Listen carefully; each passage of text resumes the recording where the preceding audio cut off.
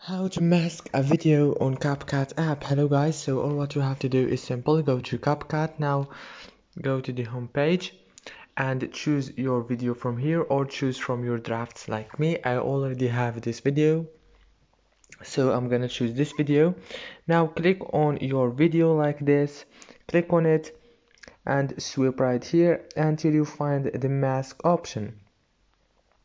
Now click on mask, as you can see right here, and choose one of these templates. As you can see, you have many templates.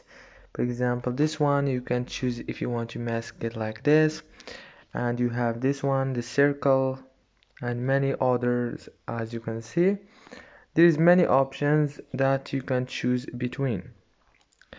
And after you finish masking your video, click save here and everything will be done.